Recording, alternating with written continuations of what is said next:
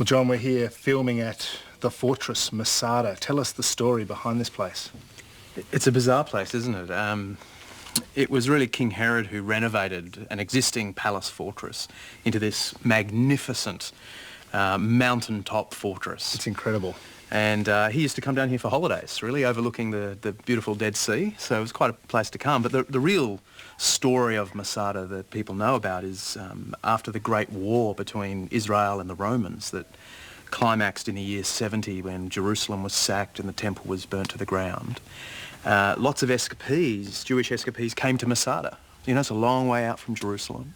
And everyone knew it was an invincible fortress. And they came and they had their last stand. And they were here for a couple of years. It wasn't till 73 when the Romans sort of worked out that there were more Jewish soldiers here and they came to go and get them. But of course, how on earth do you take a place like this? I have no idea. So they had no idea either, and that's why there are all these battle camps that you can still see surrounding the entire fortress as the Romans worked out what on earth to do. The place was stocked with food. They could have been here for months and months and months more, no problems. But the Romans started to build ramps right up here to come and take the place. And to cut a long story short, eventually there was a dramatic confrontation, and it really seemed that the Jews were going to be overrun by the Romans. And they decided in that moment that death at each other's hands was better than slavery to the Romans. And so we have a very vivid report in Josephus, first century account, where these Jewish leaders convince everyone, the hundreds of people staying here, that they should kill each other. And so men killed their wives and their children because that was a more merciful death, till it came to just 9 people. And they drew lots to see who would be the one person to kill the remaining 8 and then himself. So when the Romans eventually breached the walls and got up in here, they found that all the storage and all the goods had been burnt and all the Jews had killed themselves. That is an amazingly tragic story about religion and politics, and I can't believe that sort of thing would take place. Well, I guess, that's the question that emerges from it, isn't it? I mean, religion, politics, violence. I often hear people say religion starts all the wars. And you can think that sort of thing when you come to a place like this. I mean, here's 2 warring parties and religion is mixed up in the middle of it, But I think the problem really is when the 2 are blended together, the religion and the politics meet. That's when violence and power and all those issues start to spill over out of the religion and into the kind of practice.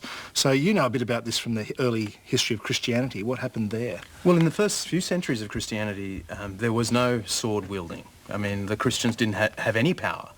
They were the ones actually being persecuted and killed, fed to the lions. Not throughout the whole, first 200-300 years, but in sporadic parts. The Romans decided that Christians should be killed for not being loyal. But obviously what happens eventually in the 4th century is Constantine, the emperor, converts. And then he elevates bishops to be princes and magistrates and lords, and suddenly the church has a sword. Christianity the church has power. The power, that's right. And it all goes bad. It does, doesn't it? And then the tables are really turned as history goes on, aren't they? And this Christian church becomes not the persecuted, but the persecutor. Definitely. And you get the Middle Ages with a terrible history of the Crusades, and Christians and Jews and Muslims in there too. And religion and violence seem to be just intermeshed. Well, it does drive the point home. I mean, is religion the cause of all the violence? The problem is, though, when you take religion out, it's no better. I mean, we know from our own contemporary history from the 20th century that irreligious attempts at regimes are no better. You've got the totalitarian regimes of Pol Pot, Stalin, Mao's China. I mean, they all deliberately removed religion to try and develop the society they wanted, but they were more violent than all the centuries before them put together. So that's not the solution. So I guess the point is that it's not religion per se, but something deeper in the human heart that is the problem? There is really something deeper going on. When you mix human beings with power, it almost never has a good outcome. There's something really tragic about human beings being given too much power. There is, of course, in Christianity an alternative vision that true religion is not bound up in power but in humility. Well, the ultimate image of that, I guess, is the Messiah on a cross. The ultimate sacrifice, the humble service of Jesus for the people. How could you ever fight under that banner? I have no idea.